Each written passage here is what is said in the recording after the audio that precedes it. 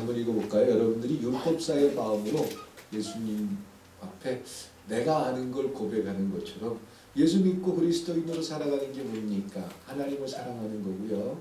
이웃을 내 몸처럼 사랑하는 게 하나님의 뜻인 걸 우리 너무 잘 알아요. 예수님이 오늘 물어보는 거예요. 성경이 기록된 대로 예수 믿는다는 게 어떤 거냐? 대답하는 겁니다. 자, 읽어봅니다. 시작.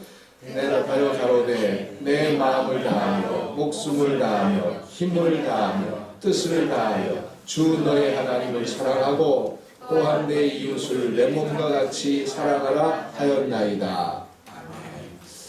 혹시 이 내용을 모르거나 선한 사마리아인의 비유에 대해서 제가 설교를 10번도 넘게 했을 것 같아요. 이 내용을 모르거나 이웃이 나는 누군지 모릅니다. 이렇게 생각하는 분은 아마 없을 겁니다. 잘 알아요. 그렇죠? 하나님을 사랑해야 되는 것도 알고 이웃을 사랑해야 되는 것도 잘 압니다.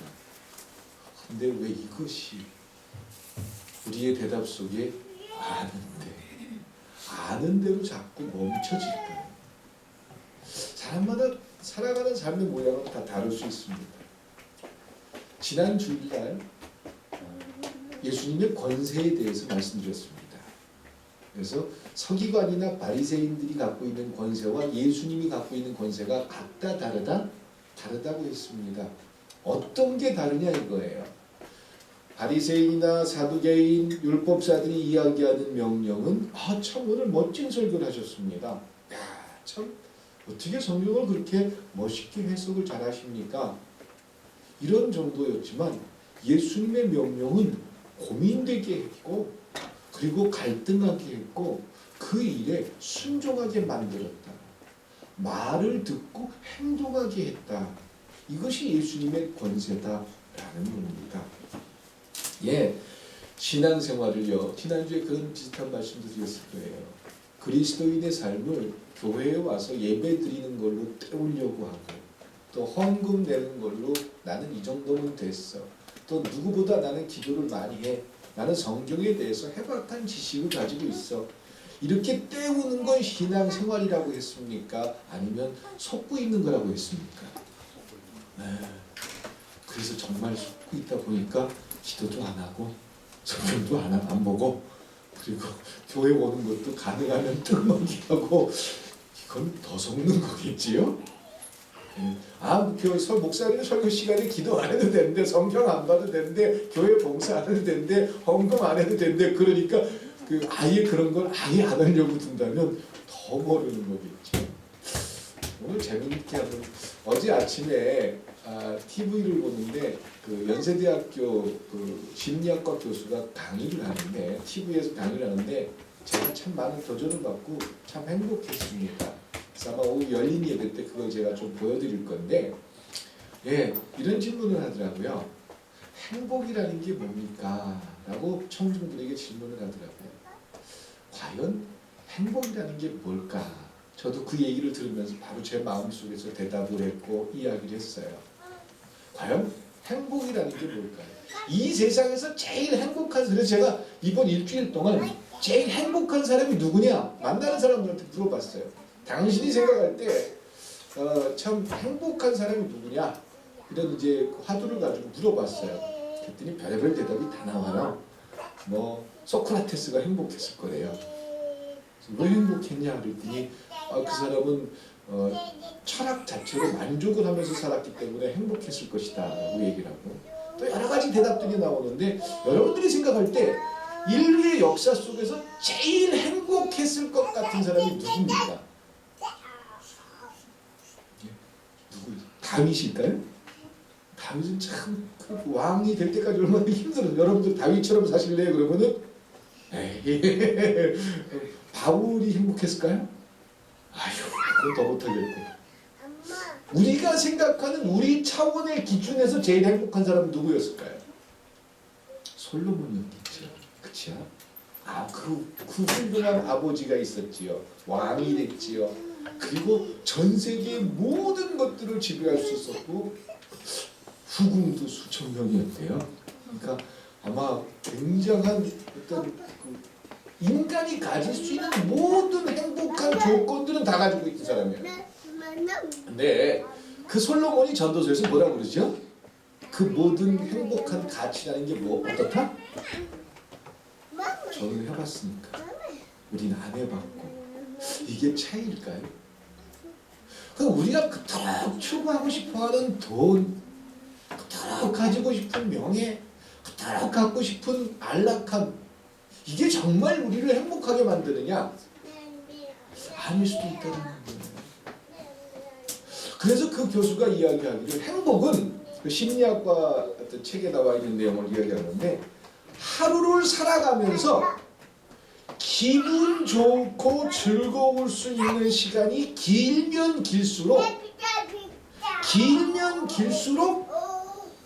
그 사람은 행복하다, 재밌다, 즐겁다라고 느낀다는 겁니다. 네가 해라 설명. 그래요. 좀 뭐 신경만 서로 안 쓰면 좀 놔둬보자고요. 얘네들은 와서 그래도 참 우리 교회니까 참 좋은 교회예요, 그렇죠? 그러니까 이 다른 교회에서 이런 애들 내준다 그런 얘기가 아니라 이 아이들 나름대로의 예배를 지금 배우고 있는 중입니다. 그러니까 너무 소리 지르지 않는 이상은 좀 놔둘 테니까 조금 시끄럽더라도 우리 성도님들이 넓은 마음으로 이해해 주세요. 그래도 교회 와서 교회에 딱 도착했을 때 목사를 딱 만났을 때 여러분들이 뭐라고 하시죠? 인사는 하시죠? 안녕하세요. 이렇게 손이라도 잡고 그냥 즐겁지 않은 썩은 미소로 이렇게. 근데 우리 교회 왔을 때 환하게 웃는 사람들이 있어요. 김장로님 얼굴이 검으신데 그 사람 앞에서는 하면서 웃으셔요. 애들 보고 그렇게 웃으시더라고요. 참 보기 좋고 우리 교회에 청량제 같은 아이들이니까 저는 이 아이들이 뭐 여기 올라와서 방해만 안 했으면 괜찮을 것 같아요. 괜찮으니까 좀 양해해 주시고. 인간이 행복하다라는 기준은 하루를 살아가면서 얼마나 기분 좋은 시간들이 많으냐 많지 않으냐, 이것이 그 사람이 행복하다 행복하지 않다의 가치라는 거예요. 그럼 내가 살아가면서 행복할 수 있는 게 뭘까? 그 교수는 이런 얘기를 하더라고요. 자기는 5성급 호텔에서 잠잘 때가 거기서 생활할 때가 참 즐겁대요. 별 5개짜리 호텔, 뭐 신라 호텔이나 하얏트 호텔 이런 호텔 가보셨어요? 전 가봤어요. 사람 만나러 가봤는데 거기는 들어가면 참 아늑하고 응접 세트라든가 이런 게 모든 게 너무 좋아요. 그래서 이 사람이 거기서 하루 생활하고 잠자면 참 즐거운데 우리 집에서는 재미없더래요. 무슨 차이가 있을까? 고민을 했대요. 내가 기분 좋게 살려면 5성급 호텔에서 맨날 자야 되는데 그럴 돈은 없고, 그러면 똑같이 잠자는 것이고 생활하는 것이고 밥 먹는 것이고 이런데 왜 어떤 차이가 있을까? 그 집은 딱 돌아보니까 소파 옆에다가 빨랫줄 쫙 해놓고 형광등으로 이렇게 비춰져가지고 모든 게 다 드러나고 이런 모든 부분들이 늘 짜증스럽고 이런데 호텔에 가면 늘 정리돼 있고, 그래서 가장 느꼈던 것 가운데 하나가 뭐냐면 조명이었대요. 환한 형광등이 참 좋긴 좋았지만 호텔에 형광등 켜 있는 호텔 보셨어요? 안 가보셨죠? 호텔은 대부분 간접 조명을 합니다. 벽 쪽에서 빛이 올라오게 합니다. 참 아늑하다는 느낌인 거죠. 그래서 야, 이게 조명이구나. 그리고 나서 집을 갖다가 다 형광등을 다 없애버리고 조명을 다 바꿨대요. 그랬더니 참 좋더래요. 네. 한번 시도해 보세요. 이거는 이제 설교라기보다는 그 팁이에요. 그래서 이 교수가 자기가 즐거울 수 있는 몇 가지의 것들을 찾아냈대요. 그리고 또 하나 찾은 게 침대가 똑같은 침대인데 집에 있는 침대는 불편한데 호텔 침대는 편하더래요. 뭘까 했더니 하얀 시트더래요. 그래가지고 부인을 어떻게 설득해가지고 간신히 하얀 시트로 딱 안아놓으니까 이게 참 좋더라는 거예요. 예, 이렇게 즐겁고 재밌고 행복한 것들을 우리는 살아가면서 발견하면, 그리고 그것 때문에 즐거울 수 있는데 그렇게 바쁘신 건지 아니면 행복의 가치를 몰라서 그러는 건지 우리는 참 그런 것들에 대해서 관심을 잘 못 가져요. 문화가 발달한 지역이 오늘 아침에 저희 아이 방에 이 세계 지도가 있습니다. 그걸 열심히 이러고 쳐다보면서 여러 가지 생각을 했는데 문화가 참 발달한 지역이 유럽 지역입니다. 그리고 그들은 뭐 예술이나 문화가 참 발달돼 있어요. 그들은 나름대로 즐거움을 느끼면서 삽니다. 근데 그런 모든 것들이 우리가 참 배고프고 힘들게 살 때는 아이고 조명을 그렇게 할 필요가 그거 돈 많이 들어요. 전기요금 많이 나와요. 형광등 하나 끼면 한 달에 10,000원이면 되는데 그걸 켜놓으면 20,000원, 30,000원 나와요. 어떤 게 더 중요하죠? 그냥 딱딱하고 부딪히고 화나지만 그것 때문에 피곤한 것보다 하루 종일 직장 생활하고 힘들고 피곤한데 집에 들어와서 허건하고 또 여자들도요. 그 교수 제 얘기 아니에요. 오해하지 마세요. 그 교수가 얘기하는데 여자들도 이 조명이 이렇게 위에서 비춰지는 조명을 하면 안 이쁘대요. 옆에서 이렇게 벽 쪽에서 조명이 쫙 이렇게 비춰지면 이뻐 보인대요. 그러니까 암만 집에서 몸빼 바지 입고 있어도 조명이 좀 잘 받쳐주면 이뻐 보인다는 거예요. 그러면 가장이 집에 들어와서 그런 환경에서 참 아늑하다, 편안하다. 이것은 삶의 질이 그만큼 좋아지는 겁니다. 그리고 나는 참 재밌게 살아. 여러분들 인생을 재밌게 사십니까? 재미없게 사십니까? 마지못해 사는 거지. 하나님이 우리한테 마지못하게 살라고 하셨습니까? 재미없어도 사명이니까 너 목사 시켰으니까 너 힘들어도 그거 해야 돼. 아마 그랬으면 저 도망가 버렸을 거예요. 그게 제 일이라면 저 목사 안 합니다. 목사 재미없을 것 같죠? 재미없어요. 아니요. 굉장한 일이 또 숨겨져 있습니다. 목사 자체 얼마나 멋진 직업인데요. 성도님들이 저한테 밥 많이 사줘서 좋다고요? 아니 그런 거 없어요.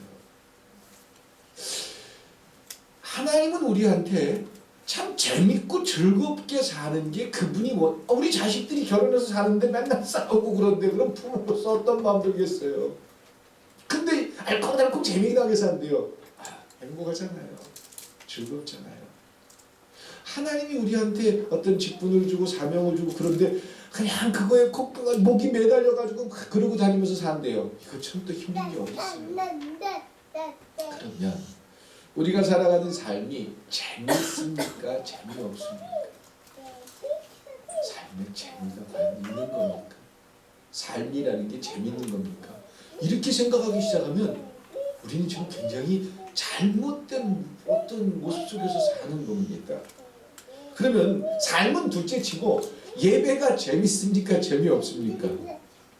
참 별 얘기를 다 하시고 목사님 그걸 지금 대답하면 다 교회 가끔은 우리 교회 안 나오고 다른 교회 가서 예배 드려도 괜찮아요. 다른 교회 예배 분위기도 한번 배워보시고 그래서 그것도 괜찮아요. 그래서 목사 자녀들이 아빠 나 딴 교회 좀 나가면 안 돼? 이런 얘기 많이 한대요.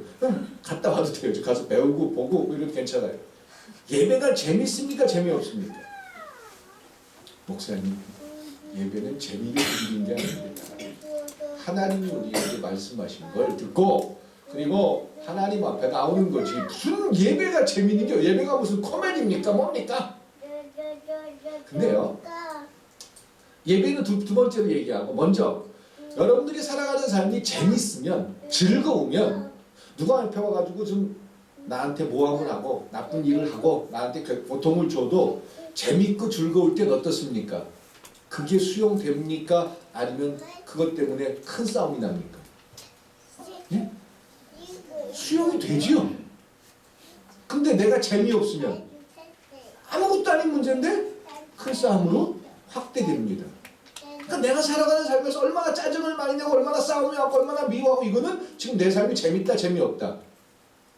TV에서 재밌는 프로그램 막 코미디 이거 서로 막 깔깔깔 웃으면서 서로 막 손바닥도 마주치고 막 그러면서 막 웃고 있는데 갑자기 뭐 불쾌한 전화가 오거나 뭐 이러면 아유 됐어 그냥 이렇게 끊어지는 거잖아요. 근데 지금 문제가 있고 걱정이 있고 근심이 막 나가지고 막 그 머리가 복잡한데 누가 나한테 뭘 붙여 너무 잘하세요! 그럼 소리 지는 게 우리잖아요. 우리가 살아가면서 재밌게 사느냐, 재미있는 걸 찾아야 돼요. 재미없으면 안 돼요. 재미라는 게 무조건, 그러니까 재미를 모르는 사람들이 술을 섞어서 폭탄주를 마셔가지고 해롱해롱 이런 상태로 살려고 하는 게 재미없는 거예요. 재미를 모르는 거예요. 마약에 중독되거나 이런 것들이 다 재미를 모르는 거예요. 그러면 다시 돌아와서 예배가 재미있는 겁니까? 재미없는 겁니까? 재미없는 거죠. 당연히 해야 할 의무지 예배를 재미로 드리는 사람이 어디 있습니까? 근데 예배 시간이 재미있는 사람이 있을 수 있습니까? 없습니까? 있습니다. 여러분들도 살아가면서 다는 아니더라도 어떤 때 예배 드리러 나왔는데 너무 재밌어, 즐거워, 예배 드리는 게 행복해, 이런 때가 있습니까? 없습니까? 다는 아니겠죠, 그렇죠? 그러면 그 예배가 재밌고 즐겁다 이렇게 생각하고 수용하는 건 왜 그렇죠? 목사가 설교를 너무 잘해서 우리 교회에서 조명을 좀 바꿔보자고요. 부드럽고 멋있게 착 조명을 바꾸면 훨씬 제가 멋있게 보일 거고 또 여러분들도 서로 쳐다보면서 행복하고 이것도 하나의 방법이 있습니다. 그것 말고 언제 재밌죠? 어떻게 할 때 재밌죠? 목사가 장경동 목사처럼 막 코미디를 하고 유머를 하고 그렇게 해야 재밌는 겁니까? 그거는 진리잖아요, 금방. 네. 쉽게 질린다고요. 그럼 뭐가 재밌는 거죠? 성경 속에 재밌게 예배 드린 사람이 있다면 누가 있을까요? 예배가 너무 재밌어서 행복해서 눈물 나고 막 예배가 즐거웠던 사람. 대표적으로 얘기한다면 여러분들이 성경 속에 나와 있는 그 사람들 가운데 예배를 정말 신나고 재밌게 드렸던 사람 누굴까요? 다윗이겠지. 다윗. 예배 드리다가 바지가 벗겨지는데도 몰라. 하나님 나요 돈이 좀 많아요. 좀 있어요. 이 좀 있는 돈으로 하나님 성전 하나 지어드릴게요. 그랬더니 하나님이 그래 이랬나요? 넌 안 되겠다. 너는 너무 전쟁을 많이 했고 내 손에 피가 너무 많아. 사람들을 너무 많이 죽였어. 그 손으로 성전을 지으면 안 될 것 같아. 너 짓지 마라. 그 대신 네가 짓겠다는 마음은 받을게. 그러면 저 같았으면 삐꼈을 텐데. 아이고 참. 그럼 내가 바알 신전 지어줬지 뭐. 화낼 텐데. 다윗은 그럼에도 불구하고 얼마를 준비했는지 아세요? 성전 지으려고. 우리나라 돈 지금으로 환산하면 900조 원이라는 돈을 준비해서 날마다 그 돈이 만들어지면서 예배를 드리러 나올 때 그 마음이 어땠을까요? 아직 성전이 서 있지도 않아요. 아무것도 안 보여요. 근데 마음속에서 성전이 보이는 거예요. 900조라는 금을 만들어 놓고 그리고는 그걸로 이제 아들이 지을 거라는 걸 상상하면서 그 예배를 드리는 다윗의 마음이 어땠을까요? 신났겠지요. 그럼 여러분들이 예배를 드리면서 재미있었던 때를 한번 생각해 보세요. 언제지요? 내가 원하는 거 다 이루고 서울대학 합격하고 내가 원하는 거 다 가지고 사람들 앞에서 뻐기면서 나 이런 사람이야 이런 거 자랑할 때가 재밌었나요? 아니요. 바울은 어땠습니까? 주의 일을 하다가 감옥에 갇히고 매를 맞고 그리고 그날 밤에 신라하고 둘이서 신세한탄 했겠지요. 자기들도 사람인데 야 우리 뭐 하는 거야 이게 지금 주의 일하고 복음 전파하고 이러다가 이게 뭐야 그러면서 원망하고 한탄했겠지요.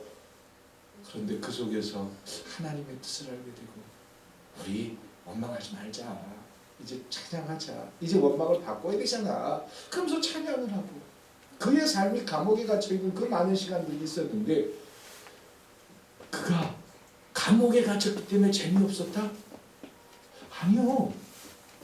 그는 그 속에서 참 재밌습니다. 나 즐겁습니다. 이런 얘기를 했어요. 제가 한번 말씀드린 적 있죠? 저도 감옥에 있어 봤다고. 제가 감옥에 있으면서 처음에는 목사 안 한다고 좋아했지만 감옥에 갇혀 있으면서 제가 뭘 발견했다고요? 재밌더라. 왜? 세례를 주었고 전도를 했고 하나님 나라가 열리는 걸 보고 그러니까 재밌더라고. 감옥에 있는데도 재밌더라고요. 재미있을 수 있다라는 거예요. 그러면 재미라는 건, 예배가 재미있다라는 건 우리의 삶과 연결이 될 때 재미있는 거지, 우리의 삶과 분리가 되면 예배가 재미있습니까? 재미없습니까? 우리의 삶과 연결이 되어질 때 예배가 비로소 예배를 통한 하나님의 뜻을 보게 되고 예배 속에 진정한 의미를 발견하게 될 줄 믿습니다. 그래서 예배는 몸으로 때우는 시간이 절대 아닙니다. 기도도 몸으로 때우는 게 아닙니다. 성경도 내가 많이 알고 있는 게 내가 하나님 나라를 만들어가는 게 절대 아닙니다. 근데 마태복음 7장 21절에 보면, 마태복음 7장 21절에 보면 나더러 주여 주여 하는 자마다 다 천국에 들어갈 것이 아니라 다만 하늘에 계신 내 아버지의 뜻대로 행하는 자라야 들어가리라. 예수님이 이렇게 이야기하셨어요. 주여 주여 주여 기도하는 사람들을 하나님 나라에 보내주겠다? 그게 아니에요. 아버지의 뜻대로 행하는 자라야 내가 하늘나라에 들어가게 해주겠다. 이 말씀을 보면서 제가 고민을 했습니다. 성령님께서 이 말씀을 통해서 저에게 질문을 하셨을 때 전 이렇게 들었어요. 이 말씀을 직역을 하니까 여기서 내가 하나님입니다. 성령님입니다. 내가 말한 바는 행하지 않으면서 왜 나한테 주여 주여 도와달라고 하느냐? 내가 너한테 시킨 건 안 하면서 너는 나한테 왜 내 이름을 자꾸 부르느냐? 내가 시킨 건 너 왜 안 해? 전 이렇게 들었습니다. 하나님이 저에게 요구하는 건 순종하지 않으면서 그냥 나 도와달라고, 나 해달라고, 그게 되느냐? 이렇게 들었습니다. 예수님이 우리에게 내가 말한 바는 행동하지 않으면서 왜 나를 주여 주여 이렇게 부르느냐? 주여가 뭐지요? 영어로 하면 주여가 뭐지요? My Lord입니다. Lord. 나의 주인님이시여. 주님이 주 예수 그리스도, 예수가 그리스도십니다. 예수가 구원자입니다. 예수가 나의 왕이십니다. My Lord입니다. 그게 우리 고백이에요. 그러면 예수가 그리스도라는 말은 내 삶의 주인이 나다, 그리스도다. 그리스도다. 그럼 그리스도가 우리에게 요구하는 게 있는데 그 요구하는 것을 듣지 않으면 마이 로드가 됩니까? 너희 로드가 됩니까? 내 로드가 안 되는 거예요. 이 얘기입니다. 그러면서 우리는 여전히 주님 뜻대로 살고 있고 멋진 그리스도인으로 살아가고 있다고 스스로 착각합니다. 왜? 예배를 몸으로 때웠으니까, 기도를 몸으로 했으니까, 헌금을 잘 드렸으니까. 성경에는 그리스도인들이 함께 뒤섞어 사용하는 두 가지 단어가 있습니다. 오늘 찬양대가 좀 몇 사람들이 빠지고 그래가지고 설교 시간이 좀 길어지는 것 같아서 감사합니다. 걱정되시지요? 선포라는 말과 가르침이라는 말에 대한 혼란입니다. 많은 교회에서 이 부분에 대해서 또 그리스도인들이 전파와 가르침에 대해서 헷갈려합니다.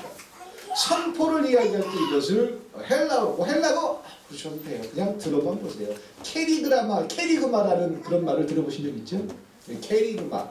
선포, 전파, 이걸 캐리그마라고 하고, 가르침, 이걸 디다케라고 합니다. 그런데 예수님은 여러 곳을 다니면서 말씀을 전파하고, 전파만 했습니까? 그 다음에 뭐 했죠? 가르쳤어요. 말씀을 캐리그마 했고 그 다음에 또 뭐도 했다? 가르쳤다는 거예요. 말씀을 전파했고 말씀을 가르쳤다. 이렇게 성서는 기록하고 있습니다. 초대교회 당시의 제자들도 매일 성전에 나가서 예수가 그리스도라는 것을 전파했고 가르치는 일을 쉬지 않았다라고 성서는 이야기합니다. 그래서 제가 어느 세미나에 가서 어떤 분한테 물어봤어요. 아니, 선포와 가르침의 차이는 뭡니까? 선포와 전파와 가르침의 차이가 뭡니까? 라고 물어봤더니 대답을 이렇게 하더라고요. 선포나 전파는 짤막한 내용을 가지고 내가 큰 소리로 말하는 것을 사람들이 듣는 걸 선포, 전파입니다.